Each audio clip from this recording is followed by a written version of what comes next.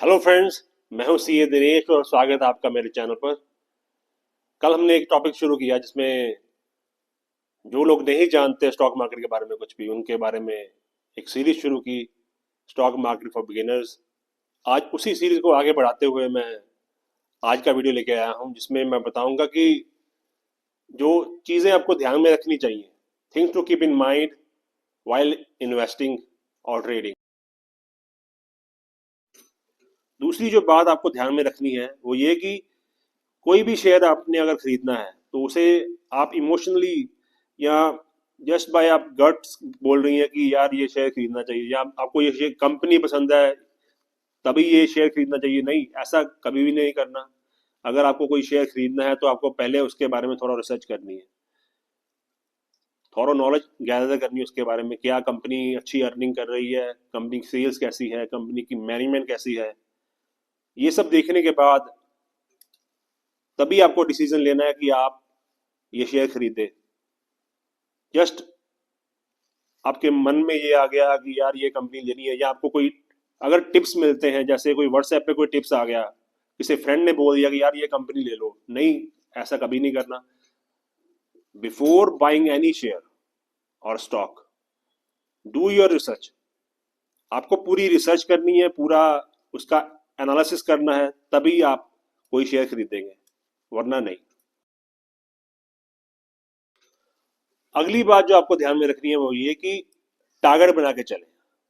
Make your target कि हाँ, जब ये टारगेट आएगा तब मैं निकल जाऊंगा। मान लीजिए कि आपने रिलायंस का शेयर लिया, 1250 के भाव में लिया, तो आपने टारगेट बना लिया कि यार ये 1400 का जब होगा मैं इसे बेच दूंगा, या 1500 का जब होगा ये बेच दूंगा मैं इसे, ताकि आपको जो प्रॉफिट हो रहा है वो आप ले सको। क्योंकि इसमें देखिए, कोई भी शेयर किसी भी डायरेक्शन में घूम सकता है। मान लीजिए मार्केट में कोई बुरी खबर आ गई, कुछ भी हो गया, अगर शेयर दोबारा उल्टी दिशा में घूम गया तो वो आपका जो प्रॉफिट हो रहा है वो भी आपको नहीं मिलेगा, तब आप पछताओगे। क्योंकि इसमें देखिए, अगर प्रॉफिट की कोई सीमा नहीं है तो लॉस की भी कोई सीमा नहीं है। तो इसी तरह टारगेट अगर आपका ऊपर होना चाहिए तो नीचे स्टॉप लॉस भी होना चाहिए। स्टॉप लॉस लगा के चले ताकि आपको जो होने वाला नुकसान है वो कम से कम नुकसान। अगली बात जो आपको ध्यान में रखनी है वो ये कि डू नॉट बी ग्रीडी, लालची मत बने। देखिए, प्रॉफिट की कोई सीमा नहीं है। अगर लालच करते करते मान लीजिए आपका कोई टारगेट आ गया, आपने टारगेट रखा है, वो टारगेट निकल जाता है, आप कहते हो कि यार मैं अभी नहीं बेचता, थोड़ा और बढ़ जाए, फिर आगे जाके सोचते हो कि फिर थोड़ा और बढ़ जाए। अगर इसी चक्कर में रहते हो तो फंस सकते हो। तो कभी भी ग्रीडी ना बने, अपना टारगेट आने पे उसे अपने प्रॉफिट को बुक करें। क्योंकि मार्केट की टेंडेंसी ये है कि ये ऊपर नीचे होती है, ये किसी एक दिशा में नहीं जाएगी। अगर ये एक दिशा में जाती होती तो सभी प्रॉफिट कमाते, तो कोई लॉस कमाता ही है। क्योंकि अगर आप प्रॉफिट कमा रहे हो तो आपकी जगह पे कोई दूसरा बंदा लॉस बुक कर रहा है उस टाइम पे, तभी आप प्रॉफिट कमा रहे हो।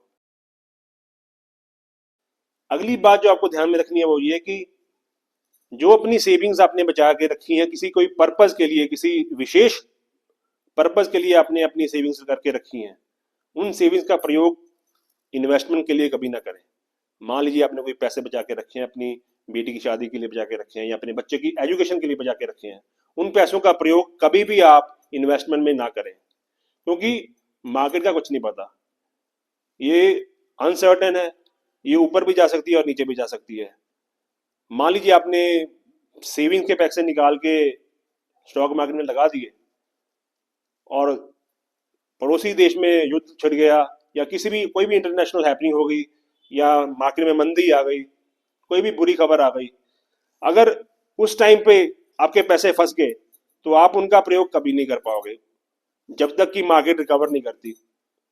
तो हो सकता है कि उस टाइम पे आपकी बेटी की शादी हो, या हो सकता है कि आपको अपनी बेटी की एडमिशन करवानी है, तो वो कैसे कर पाओगे?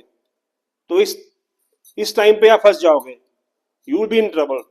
तो इस बात को हमेशा ध्यान में रखें कि उन पैसों को कभी भी मत छेड़ना जो आपने किसी विशेष पर्पज के लिए बचा के रखे हैं।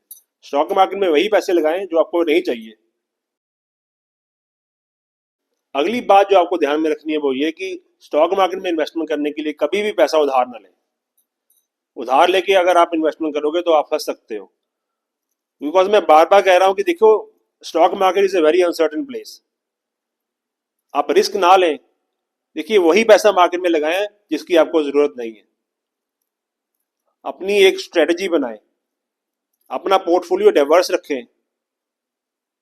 एक एक ही जगह पे देखिए, आई एम नॉट सजेस्टिंग कि स्टॉक मार्केट में पैसा लगाएं। मैं ये कह रहा हूं कि स्टॉक मार्केट में अगर पैसा लगाना है, आप आना चाहते हो, तो देखिए एक तैयारी के साथ आए ताकि फंसो ना। पहले समझे मार्केट कैसी है, मार्केट का मूवमेंट कैसा है, कैसे चलती है, ये कैसे काम करती है, उसके बारे में पता आना चाहिए आपको। द मोस्ट इंपॉर्टेंट थिंग जो आपको ध्यान में रखनी है वो ये कि do not keep your all eggs in one basket. Means कि अपनी मनी, जो सेविंग्स है, जो आपके पैसे हैं, वो अकेला स्टॉक मार्केट में ना इन्वेस्ट करें। आई एम नॉट सजेस्टिंग कि you have to invest in stock market. I am suggesting कि you have to keep your portfolio diversed. कुछ पैसे एफडी में लगाएं, कुछ पैसे प्रॉपर्टी में लगाएं, कुछ पैसे गोल्ड में लगाएं, कुछ पैसे आरबीआई बॉन्ड्स में लगाएं, कुछ पैसे स्टॉक मार्केट में लगाएं। रेशो बना लें, 20-20 की रेशो बना लें, या 25-25 की रेशो बना लें, 20-30 की रेशो बना लें, जैसा भी आपको सूटेबल लगे। मीन्स इसमें रिस्क है, तो अगर तो आप रिस्क उठा सकते हो तब तो आप स्टॉक मार्केट में आए। अगर आप रिस्क नहीं ले सकते, then you have to be away from it. तो आप स्टॉक मार्केट में कभी ना आए। बिकॉज यहाँ अगर एक बार कोई, मान लीजिए, मैं नहीं चाहता कि ऐसा हो, लेकिन अगर कुछ गलत होता है, कुछ भी जैसे बुरी खबर आती है कुछ, क्योंकि मार्केट तभी जल्दी रिकवर नहीं करता, इट टेक्स टाइम। आप देख ही रहे हो लास्ट ईयर कितनी अच्छी चल रही थी मार्केट, और अभी कैसा हाल है। सभी सभी के 20-20 30-30% जो पोर्टफोलियो डाउन है। ऐसा हो सकता है, किसी के साथ भी हो सकता है। Because there are chances, because market की एक डायरेक्शन नहीं है, ये ऊपर भी जाता है और नीचे भी आता है। तो इन बातों को ध्यान में रखते हुए ही मार्केट में आए। Start with mutual funds. I am suggesting कि अगर आपको मार्केट में आना है, start with mutual funds.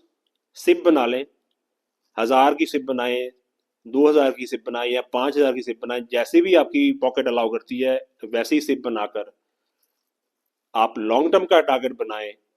Long term के लिए म्यूचुअल फंड में इन्वेस्ट करें। अगर आपको स्टॉक मार्केट की समझ नहीं है, शेयर की समझ नहीं है, तो म्यूचुअल फंड का सहारा लें, क्योंकि म्यूचुअल फंड में फंड मैनेजर्स होते हैं, एक्सपर्ट होते हैं, वो आपकी जो हार्ड एंड मनी है उसको एक अच्छे पोर्टफोलियो में लगाते हैं, अच्छे स्टॉक्स में लगाते हैं। तो इन बातों को ध्यान में रखते हुए मैं इस वीडियो को यहीं अंत करूंगा। आप अगर आपको इन्वेस्टमेंट करनी है तो इन सभी बातों का जरूर ध्यान रखें, और इस जो नॉलेज मैंने आज शेयर की है आपके साथ, जो इन्फॉर्मेशन आपके साथ शेयर की है, इस इन्फॉर्मेशन को ज़्यादा से ज़्यादा फैलाएं, ज़्यादा से ज़्यादा इस वीडियो को शेयर करें, और इस वीडियो को लाइक करें, और चैनल को सब्सक्राइब करें। थैंक यू दोस्तों, थैंक्स फॉर वॉचिंग।